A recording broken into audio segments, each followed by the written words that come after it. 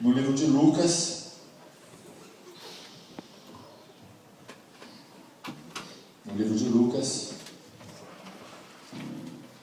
capítulo 4, a partir do verso 1.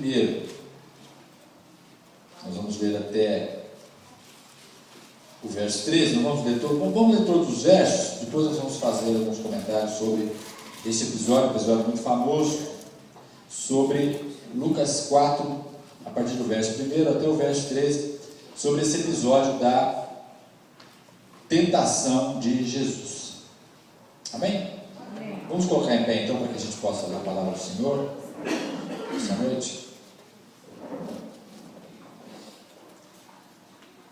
Jesus, cheio do Espírito Santo, voltou do Jordão e foi levado pelo Espírito ao deserto, onde durante 40 dias foi tentado pelo diabo. Não comeu nada durante esses dias e ao fim deles teve fome. O diabo lhe disse: se és o Filho de Deus, manda esta pedra transformar-se em pão. Jesus respondeu: está escrito, nem só de pão viverá o homem. O diabo o levou a um lugar alto e mostrou. Lhe disse num relance todos os reinos do mundo. E lhe disse: eu lhe darei toda a autoridade sobre eles e todo o seu esplendor, porque me foram dados, e posso dá-los a quem eu quiser. Então, se me adorares, tudo será teu. Jesus respondeu: está escrito, adore o Senhor, o seu Deus, e só a ele prestes culto. O diabo o levou a Jerusalém, colocou-o na parte mais alta do templo e lhe disse: se és filho de Deus, joga-te daqui para baixo, pois está escrito, ele dará ordens a seus anjos a seu respeito para o guardarem. Com as mãos eles o segurarão, para que você não tropece em pedra alguma. Jesus respondeu: dito está, não ponha à prova o Senhor, o seu Deus. Tendo terminado todas essas tentações, o diabo o deixou até a ocasião oportuna. Amém? Vamos orar em nome de Jesus.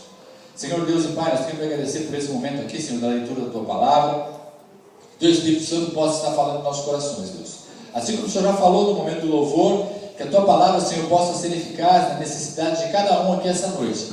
Que a bênção do Senhor e a prosperidade do Senhor espiritual seja com cada um aqui. Nós declaramos desde já que essa palavra, Senhor, fará o fim para o qual ela foi designada.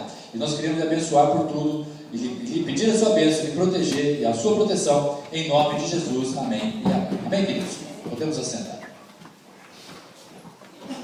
Bom, meus irmãos, esse é um episódio famoso da Bíblia Sagrada que fala sobre a tentação de Jesus, né? Todos nós sabemos, conhecemos essa mensagem, essa palavra, e sabemos que ela tem um propósito muito interessante para a nossa vida. Primeiro, o que está falando aí no versículo 1 do capítulo 4 de Lucas é o seguinte: Jesus, cheio do Espírito Santo, voltou do Jordão e foi levado pelo Espírito.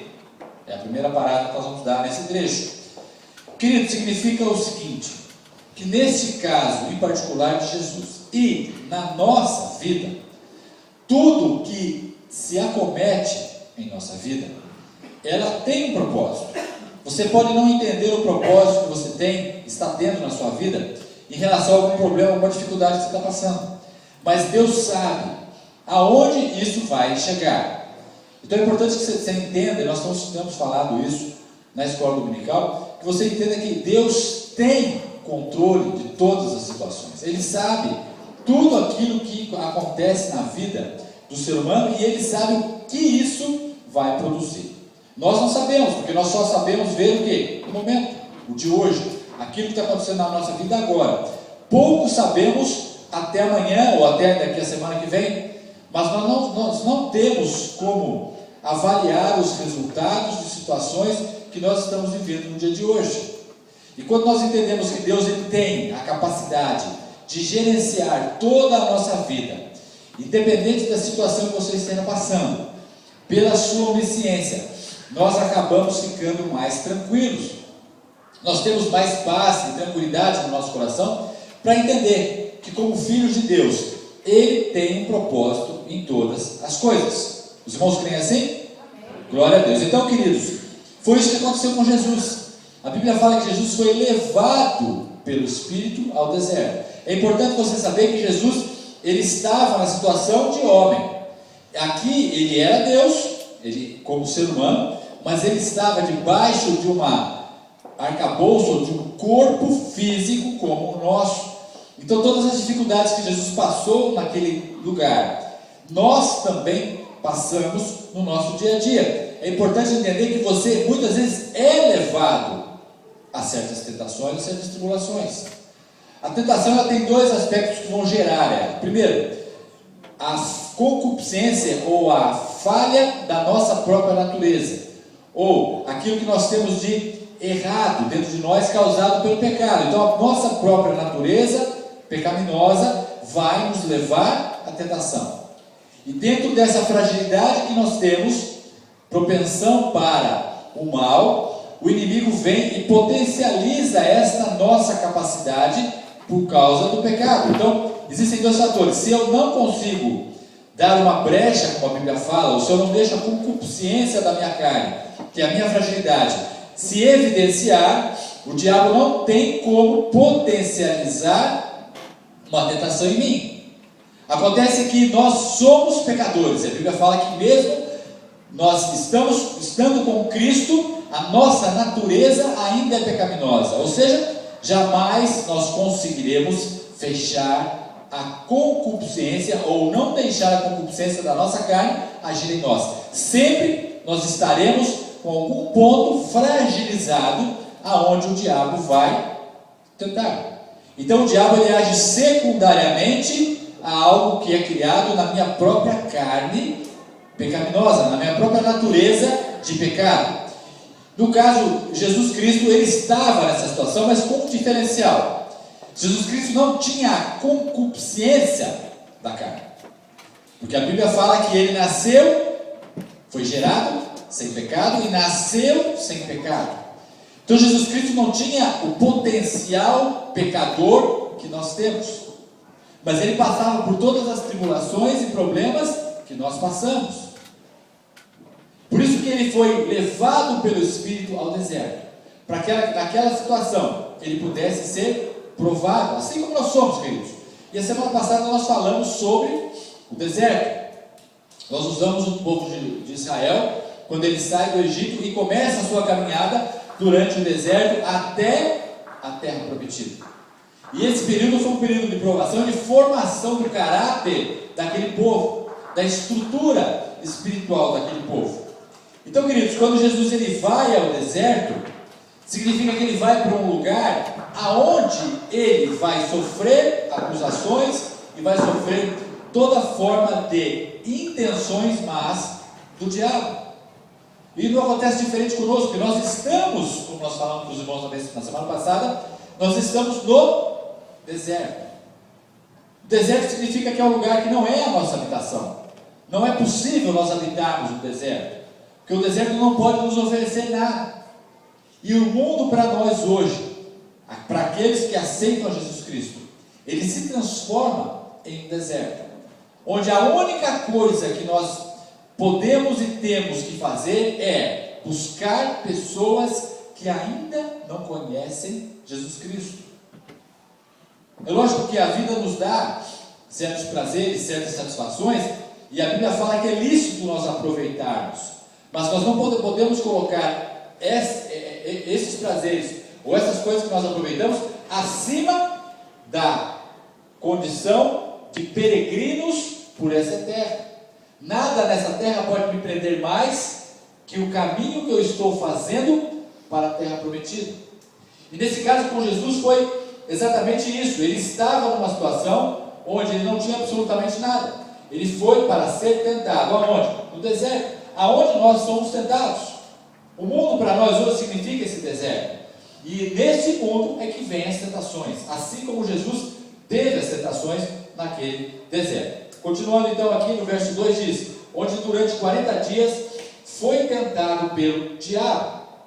Então todo o período que ele passou ali, ele foi tentado. Significa que todo o período que nós teremos aqui na terra, nós também seremos tentados. Ou seja, não existe a condição de você não ser tentado enquanto você estiver no deserto. Se você está no deserto, como nós estamos, nós saímos do Egito, se você lembra da administração passada, nós saímos do Egito e começamos uma caminhada em direção à terra prometida. E nesta caminhada, nós não conseguimos ficar sem ser tentados.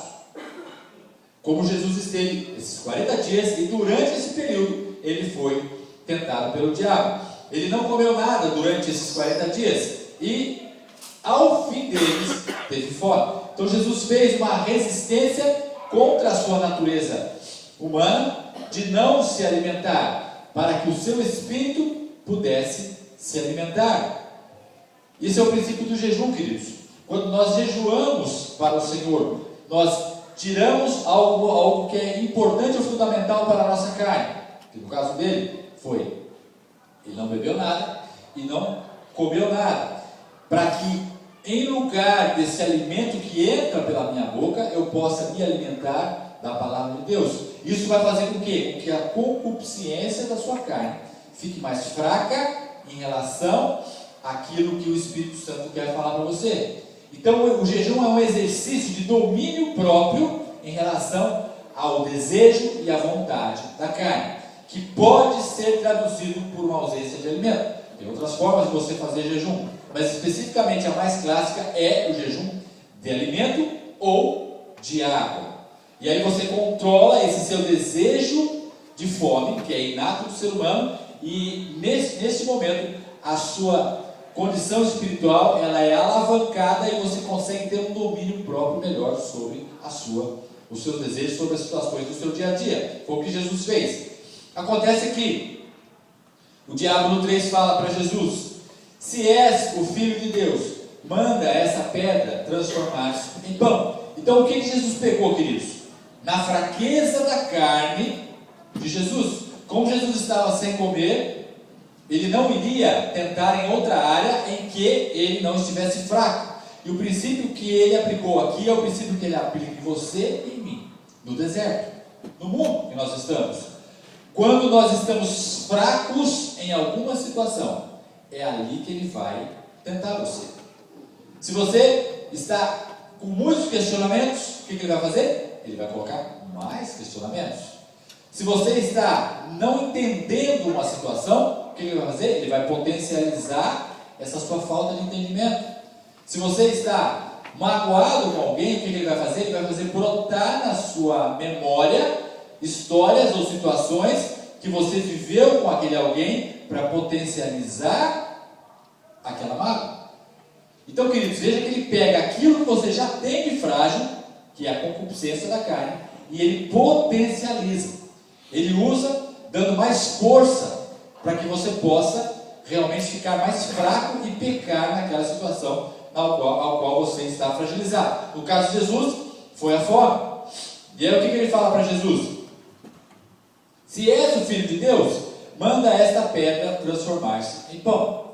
Então, queridos, ele disse para Jesus: Jesus, está cheio de pedra, porque o deserto lá em Israel era um deserto cheio de pedras. Não é um deserto de areia, como nós conhecemos do Saara, por exemplo, no Egito. É um deserto que não existe vegetação, é uma vegetação muito, muito pequena. Existe, mas é muito pouco, e é muita pedra solta. E essas pedras, elas estavam lá, e o diabo falou: por que você não pega uma dessas pedras, uma pedra dessa, e transforma em pão para você matar a sua fome? Que era a fraqueza que Jesus estava sentindo. E aí veja o que Jesus responde. Jesus responde dentro da palavra do Senhor. Ele fala no 4, está escrito: nem só de pão viverá o homem. E era exatamente o princípio que ele estava ali no deserto. Ele queria mostrar para nós hoje, e para o reino espiritual, e para todas as pessoas que acompanhavam a vida de Jesus naquele momento, que mesmo que eu não tenha o que a minha carne deseja, no caso dele era comida, eu consigo sobreviver. Porque nem só de pão viverá o homem, mas de toda palavra que sai da boca de Deus. Significa, queridos, que mesmo que eu me prive de certas emoções ou de certos prazeres humanos, isso não vai me fazer falta, porque o que vai me trazer a verdadeira falta de fome, ou a verdadeira saúde espiritual, o verdadeiro alimento é toda a palavra que sai da boca de Deus. Ou seja, eu não preciso me preocupar se eu não tenho alguma coisa ou alguma outra coisa que as pessoas falam que eu preciso ter. Eu não preciso me preocupar se eu ainda não conseguir atingir aquele objetivo na minha vida. O que eu tenho que entender, queridos, que o que vai me trazer alimento não é o que a carne quer de prazer, mas é o que o Espírito Santo pode trazer para a minha vida como alimento. E Jesus responde isso, ele fala: nem só de pão viverá o homem, mas de toda palavra que sai da boca de Deus. E aí o diabo continua aqui no 5. O diabo levou a um lugar alto e mostrou-lhe num relance todos os reinos do mundo. Veja que novamente o diabo, de uma forma sobrenatural, mas permitido por Deus, ele leva Jesus e mostra todos os reinos. É como se passasse um filme rapidamente ali na mente de Jesus daquilo que ele já sabe, que ele já sabia. Mas o diabo usou isso para materializar na mente de Jesus Cristo um outro sentimento que todos nós temos na nossa carne. E aí ele levou e mostrou todos os reinos do mundo. Ele disse: eu te darei toda a autoridade sobre eles e todo o seu esplendor, porque me foram dados e posso dá-los a quem eu quiser. Então, se me adorares, tudo será seu. Veja, querido, de novo, o diabo usa de uma astúcia, porque na verdade ele é o possuidor do nosso mundo. A Bíblia fala que o mundo jaz do maligno, ou seja, o mundo pertence ao maligno, porque o mundo, queridos, era nosso. O mundo foi criado para o ser humano, e o ser humano era aquele que tomava conta das coisas aqui na terra. Só que por causa do pecado, o ser humano entrega essa posse, o direito de posse do mundo, que o direito de propriedade é de Deus, o direito de posse do mundo, para que o diabo tome conta. E a partir desse momento, toda a natureza criada, inclusive nós, foi distorcida do original e passa a viver debaixo da maldição do pecado. As coisas passaram a não acontecer mais da forma correta. E aí, queridos, o diabo passa a tomar posse das coisas. E ele passa a comandar as coisas no mundo. E aí, queridos, o que ele fala para Deus? Jesus, isso tudo é meu. Que na verdade não é. Ele possuiu de uma forma inadvertida por uma questão que nós deixamos. Isso tudo poderá ser seu se você me adorar. E novamente Jesus, não indo para esse lado, ou seja, não deixando essa aflorar na sua natureza humana a soberba e a situação que ele poderia ser o dono do mundo, ele fala para Satanás e diz: Jesus respondeu no 8, está escrito: adore o Senhor, o seu Deus, e só a Ele preste culto. Então, queridos, o que nós aprendemos aqui nessa segunda fase da tentação de Jesus? Que nós não podemos deixar nada no mundo nos seduzir. Jesus foi seduzido por todos os reinados do mundo todo. Já mostrou para ele tudo aquilo. Uma coisa muito grande. Mas nós somos seduzidos, sabe por quê? Às vezes por algum patrimônio, por algum imóvel, às vezes por algum salário. Estou dizendo que isso é ruim, mas nós precisamos ver o propósito de todas as coisas. Às vezes pela facilidade de ganhar algo, nós somos seduzidos. Às vezes nós somos seduzidos por um namoro. Às vezes nós somos seduzidos por coisas que não têm importância na nossa vida. Mas o diabo coloca isso como a última coisa do mundo. Ou eu tenho isso, ou eu não vou conseguir viver. Ou eu tenho, ou eu não vou conseguir viver sem isso. O diabo distorce o valor das coisas. Ele coloca coisas que não têm absolutamente significado nenhum, valor nenhum, e coloca na nossa carne o desejo de conquistar, o desejo de possuir, o desejo de ter, maior do que aquilo realmente tem de fato. E o que nós fazemos?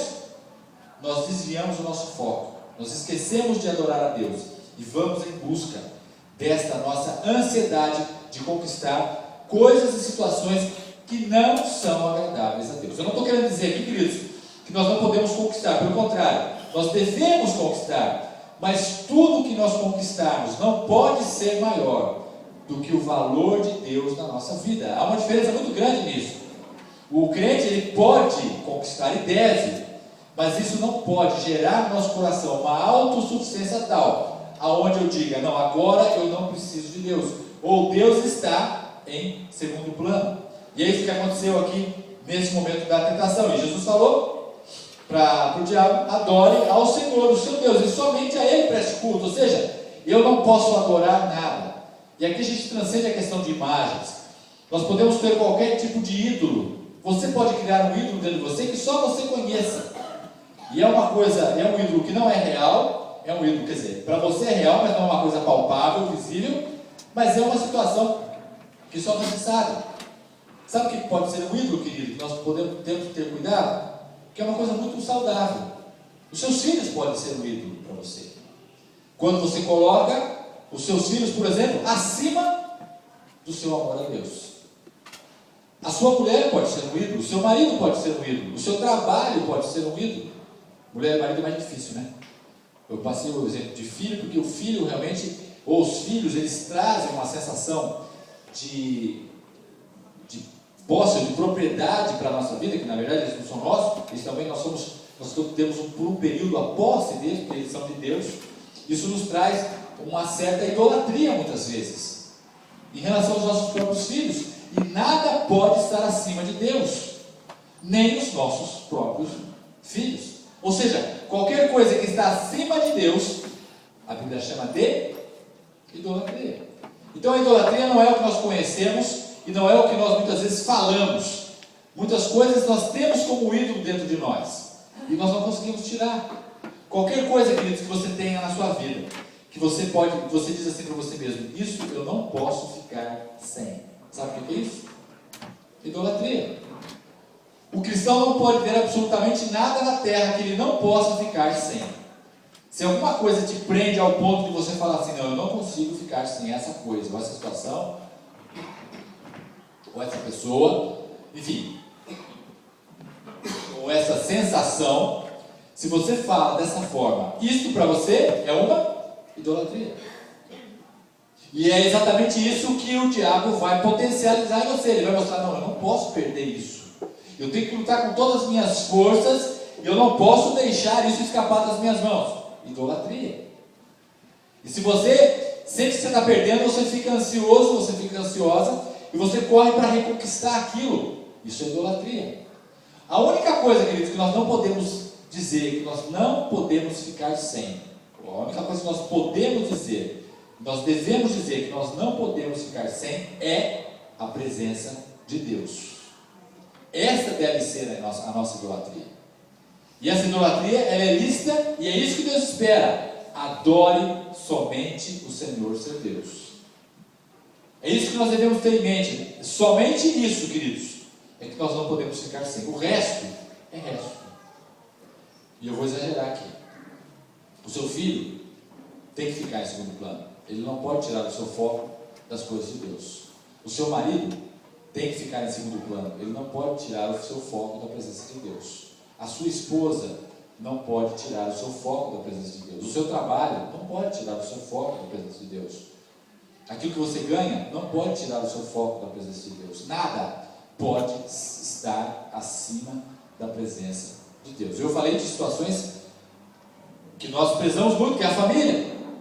Mas nem o nosso cônjuge pode ser mais importante do que a presença de Deus em nós. Até porque a salvação ela é individual, e você deve buscar a Deus. O que a Bíblia nos garante é que se você buscar a Deus, como consequência, se você é casado, o seu cônjuge será santificado pela sua vida. E aí, como consequência da sua atitude de buscar a Deus em primeiro lugar, o que a Bíblia nos garante? Que você vai acabar arrebatando e arrebanhando o seu cônjuge, como consequência. Mas isso deve ser feito primariamente buscando a Deus, para que Deus possa agir depois na sua família. Amém, queridos? Vamos continuar aqui. Então Jesus, mais uma vez, no verso 9, o diabo continuando, ele o leva a Jerusalém, lógico, em espírito, não é? Aqui na verdade ele leva para Jerusalém e coloca Jesus na parte mais alta do templo, que ainda existe esse pináculo lá em Jerusalém. Na verdade, para a época era um absurdo de alto, mas para nós hoje em dia isso não significa muita coisa. Mas era o cume de uma construção humana que era considerada uma construção altíssima para aquela época. E aí ele diz para Jesus assim: se és filho de Deus, joga-te daqui para baixo, pois está escrito: ele dará ordens a seus anjos a seu respeito para o guardarem. Com as mãos eles o segurarão, para que você não tropece em alguma palavra, em alguma pedra. Queridos, o que o diabo usou aqui? Quando ele leva Jesus e fala: Jesus, você pode se jogar daqui, olha, porque você é Deus. Ele está só falando a verdade. E os anjos virão e não vão deixar você morrer, porque ele era ser humano. Se ele se jogasse ali, ele com certeza estaria, na questão humana, estaria se complicando. Mas o que o diabo usa nessa última argumentação aqui? Ele usa a palavra de Deus. Então, queridos, o que eu quero dizer para vocês agora, nesse momento, é que nem tudo que você ouve que parece ser a palavra de Deus é a palavra de Deus. Nem tudo que nós ouvimos da Bíblia é a verdadeira palavra de Deus. Você tem que ver o princípio daquilo que você está ouvindo. Você tem que ver qual é o objetivo daquela palavra. Você tem que ver o que está por trás daquela palavra. Primeiro, queridos, nenhuma palavra de Deus ela vai trazer divisão, vai trazer discórdia, vai trazer separação. Nenhuma palavra de Deus que você receba de alguém ou de alguma ministração pode trazer cisão, pode trazer separação. Toda palavra de Deus, ela tem como objetivo a reconciliação, o perdão, a restauração. Aí sim. São palavras que vão trazer edificação para a sua vida e edificação para a situação. Nenhuma situação, queridos, que você ouça, que traga essas três coisas que eu falei, mesmo sendo a palavra de Deus, elas de fato não são a palavra de Deus. Elas podem gerar na sua vida o quê? Maldição. Porque você acha que é correto, mas não é. Você acha que aquilo que você está recebendo é de Deus, mas não é. Infelizmente nós vemos muito isso dentro da igreja de Cristo. Porque as pessoas não conhecem os princípios da Bíblia. Elas conhecem muitas vezes algum versículo em separado, alguma palavra isolada, mas as pessoas não julgam esta palavra. Se isso realmente vai trazer reconciliação, se vai trazer restauração, se vai trazer paz, se vai trazer união, se vai trazer harmonia. Nada que seja neste objetivo, ela vem de Deus. E veja que o diabo ele distorce, ele usa a palavra no sentido de dar embasamento para que Jesus possa acreditar nele. E é verdade, se ele se jogasse, ele tinha poder de dar ordem aos seus anjos para que esses anjos pudessem ir lá e livrá-lo desta queda. Acontece que não era este o princípio que Deus queria para Jesus naquela situação. Primeiro, que ele não poderia obedecer uma ordem do diabo. Ele não poderia explicitamente aqui agradar ou obedecer ou aceitar uma ordem que não viesse de Deus, mesmo que estivesse usando a palavra do Senhor. E aí no 12 ele fala: Jesus respondeu: dito está, não ponha à prova o Senhor, o seu Deus. E aí Jesus responde também com a palavra de Deus, dizendo que nós não podemos colocar à prova a palavra do Senhor. Então, queridos, nós precisamos estar atentos, porque no deserto todas essas coisas acontecem. Acontece a primeira tentação, que é na fraqueza da nossa carne, naquilo que nós dizemos para nós mesmos que nós não podemos ficar sem, ou que nós começamos a ter carência. É ali que o diabo vai nos tentar. No segundo, a soberba da nossa carne, ela pode nos seduzir, ela pode nos levar a lugares longe do caminho do Senhor. E o terceiro, queridos, nós podemos ser seduzidos pela própria palavra de Deus, distorcida pela própria palavra e por pessoas que estão também na própria igreja de Cristo. Por isso que nós temos que avaliar aquilo que nós estamos recebendo e ver se de fato o propósito daquilo que está sendo passado para mim, será que isso é de união? Será que isso é de reconciliação? Será que isso é de paz? Ou será que isso é de divisão? Ou será que isso é de contenda? Será que isso é para que eu crie animosidades em relação às pessoas?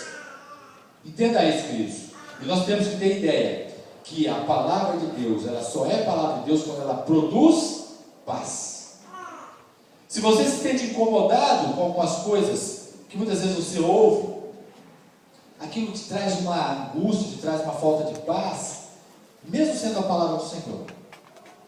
Isso pode não ser a palavra do Senhor, porque a palavra do Senhor, ela traz paz, ela traz incômodo no sentido de você acertar a sua vida, porque muitas vezes quando a gente ministra a palavra do Senhor aqui, nós ministramos uma palavra que é uma palavra de exortação, onde o Espírito Santo vai trabalhar na vida dos irmãos, para que os irmãos se alinhem com a vontade de Deus. Não é gostoso isso, porque na verdade nós estamos lutando contra a nossa própria carne. Não é gostoso receber uma palavra de exortação, mas é uma palavra que vai me direcionar à vontade de Deus.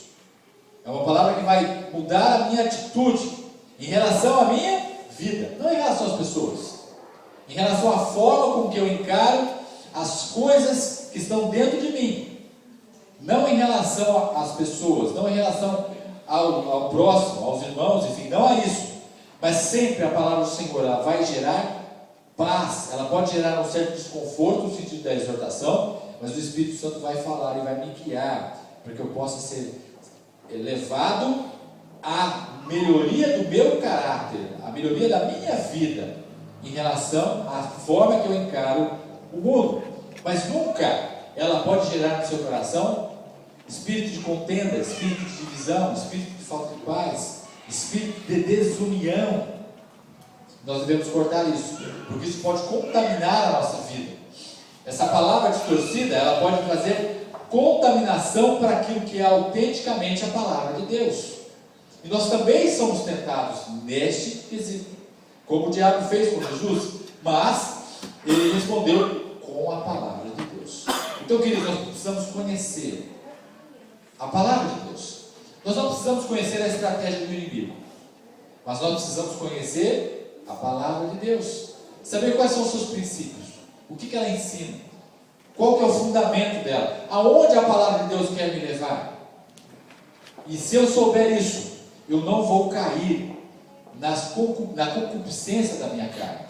A concupiscência vai agir, a fragilidade ela vai existir, o diabo vai me tentar, mas eu vou ter a palavra certa como resposta desta tentação. E eu vou entender que no deserto é aonde Deus está me tratando, Ele está modelando a minha personalidade. Por isso que muitas vezes os irmãos recebem uma palavra na igreja, uma palavra de paz, uma palavra de amor, do amor de Deus, da bondade de Deus pelas nossas vidas, dele aceitar da forma que nós somos. E muitas vezes vem uma palavra de exortação, uma palavra, se mexe, olha o que você está fazendo, muda a maneira de você pensar, ou seja, para dar uma balançada. Tanto uma quanto outra vão fazer o que comigo? Vão me alinhar à vontade de Deus para a minha vida, vão fazer com que eu seja mais correto do ponto de vista da justiça de Deus. E o deserto serve para isso. O deserto nos prepara, queridos, para que a gente possa chegar no céu, para que a gente possa chegar no reino eterno de Jesus Cristo, na Canaã celestial, na terra prometida. É para isso que o deserto serve. O deserto, os irmãos têm que entender que é uma passagem. Nós não morreremos no deserto, assim como o povo judeu não morreu no deserto, mas é um momento que muitas vezes nós sentimos a morte estar perto. Não digo a morte física, a morte espiritual. Nós sentimos um desânimo tão grande muitas vezes, como aconteceu com o povo judeu que nós falamos no domingo passado, que eles se sentiram desanimados, a tal ponto de pedirem: por que Moisés, você não nos deixou lá no Egito, para que nós morrêssemos lá? Por que você nos tirou de lá para morrer aqui? Era 1000 vezes ter morrido lá. Ou seja, a morte, o desânimo era tão grande naquele povo, que eles queriam voltar, sair do deserto, voltar para o Egito e se manter lá. Muitas vezes acontece isso com a nossa vida espiritual, queridos. Mas Deus está com você, como foi ministrado hoje no louvor. O Espírito Santo está trabalhando na sua vida. Ele está fazendo você caminhar por terrenos áridos. Muitas vezes, você pode estar passando por um período da sua caminhada no deserto muito difícil. Mas entenda que Deus está com você. E assim como Jesus Cristo venceu as tribulações do deserto, nós também venceremos. O que nós não podemos é recuar. O que nós não podemos é deixar os problemas fazer com que nós voltemos ao Egito. Isso não. Mas o que nós temos que entender é que mesmo em situações difíceis, Jesus Cristo, Ele venceu o deserto. As tentações que Ele teve, Ele venceu. E Ele pode fazer você também ser mais do que vencedor. Amém, queridos? O que Ele garante para nós? Que eu vou ler 1 Coríntios 10, 13 e vou encerrar. O que Ele garante para nós? Vamos abrir lá em 1 Coríntios 10, 13.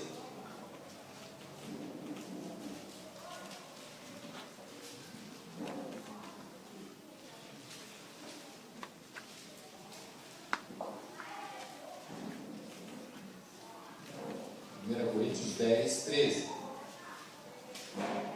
Olha o que fala esse versículo. Não sobreveio a vocês tentação, e nós estamos falando de tentação aqui, que não fosse comum aos homens.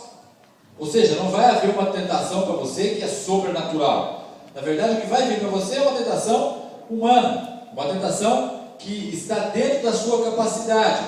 E Deus é fiel, continuando o versículo.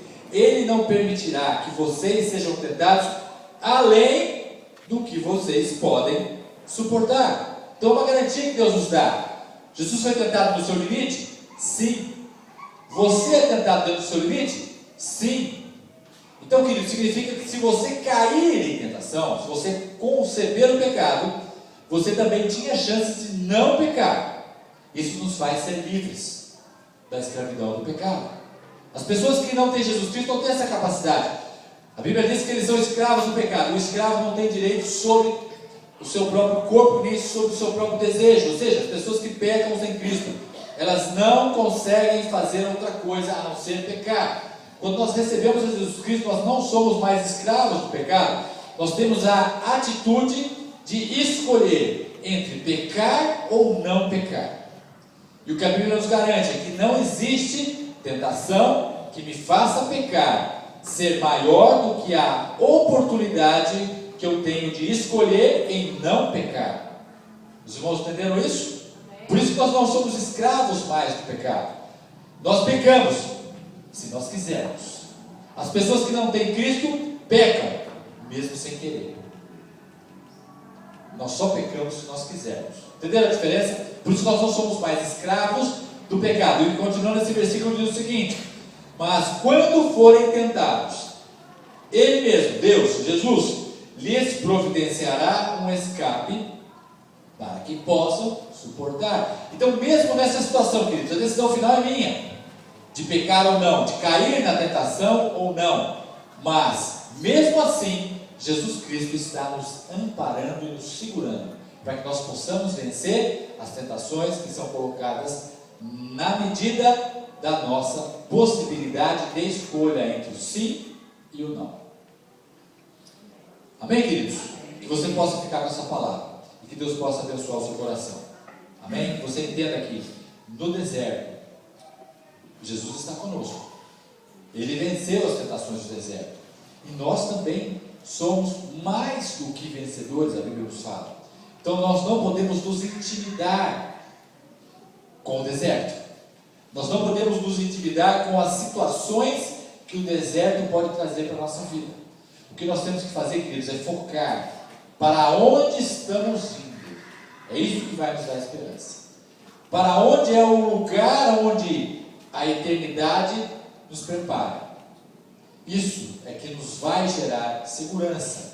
E entenda sempre que Deus está no controle da sua vida. Mesmo que você não entenda, mesmo que você não compreenda, acredite e tenha essa palavra no seu coração. Mesmo que a coisa esteja virada de ponta cabeça, Deus está no controle da sua vida. A única coisa que Ele te pede é busque a Deus. Não questione. Pare de discutir com Deus. Pare de discutir com as situações. Pare de ver as pessoas. Não questione. Busque a Deus. E Ele vai fazer a mudança na forma de você visualizar as situações.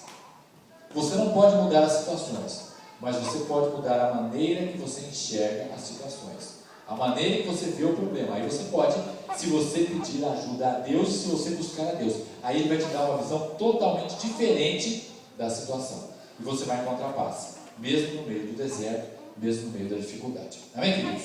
Vamos colocar em pé, vamos orar em nome de Jesus Cristo.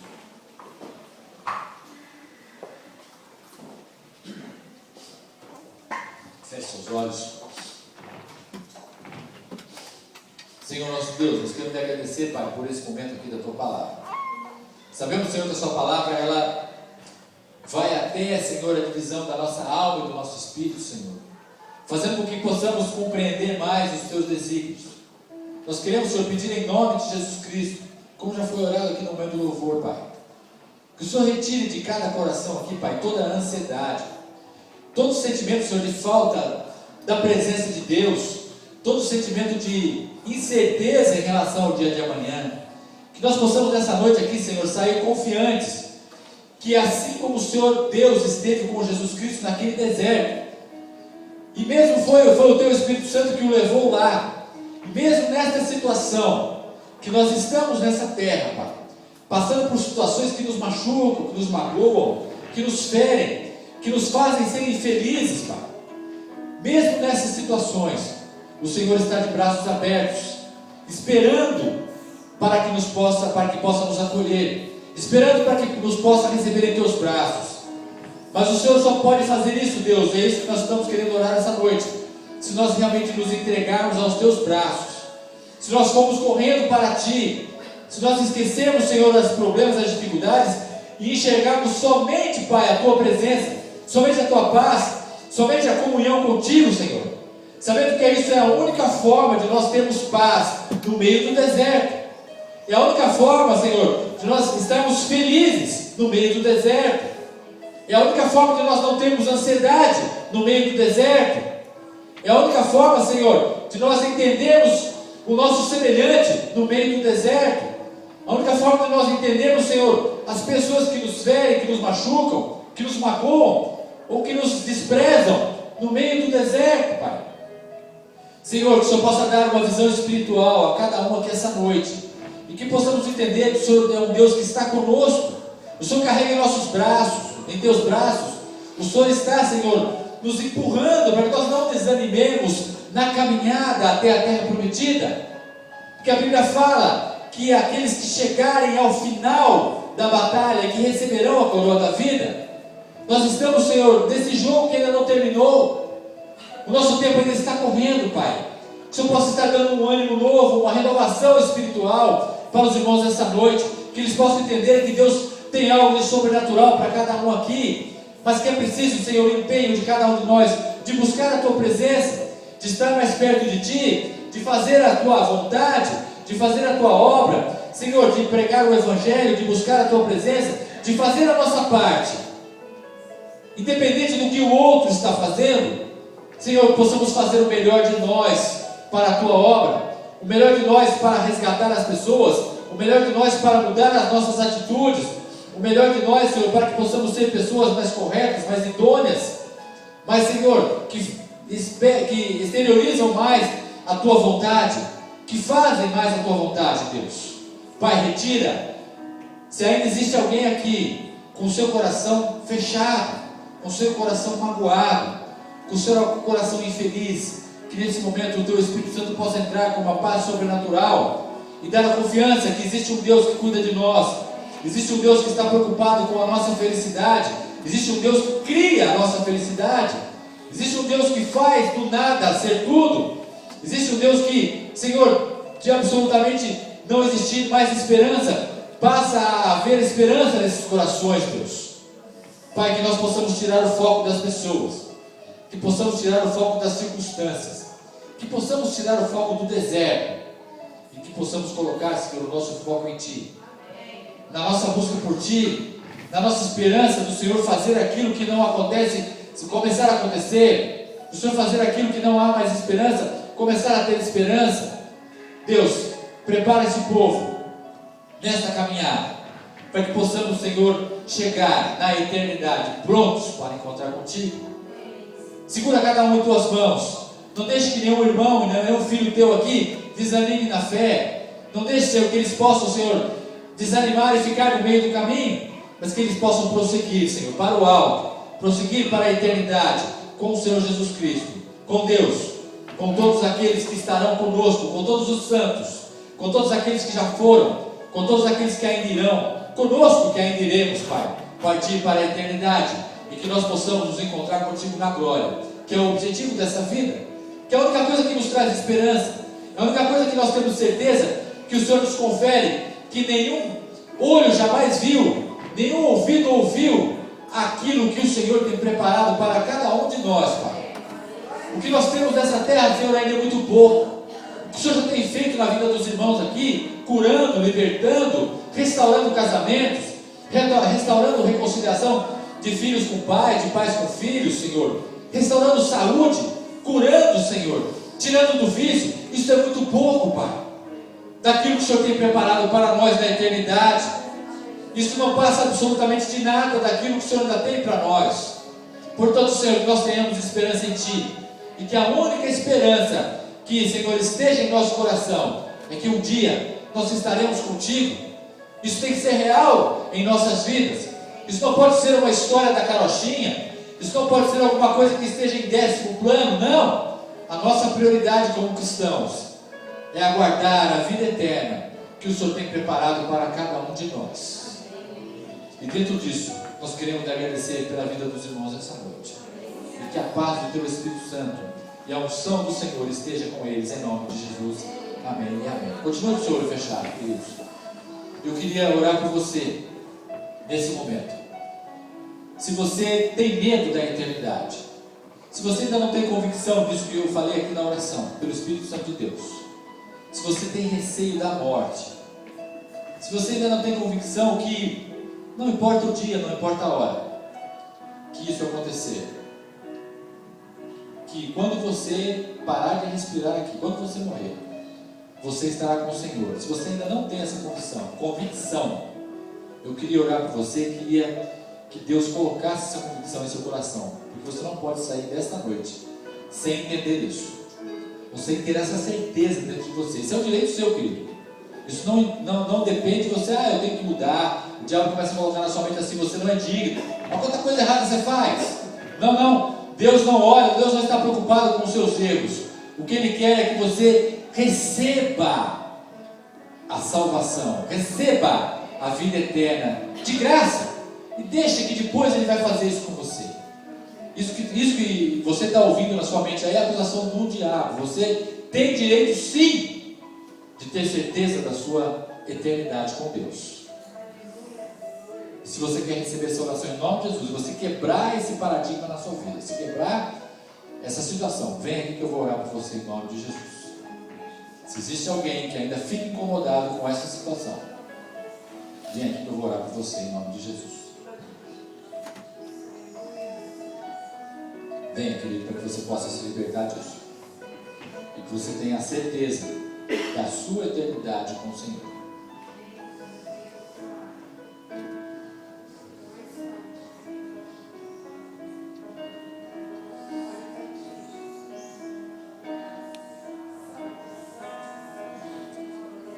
Amém, queridos. Deus Pai, nós queremos agradecer por esse momento de oração aqui, e que o Teu Espírito Santo possa estar falando na vida dos irmãos essa noite, Pai.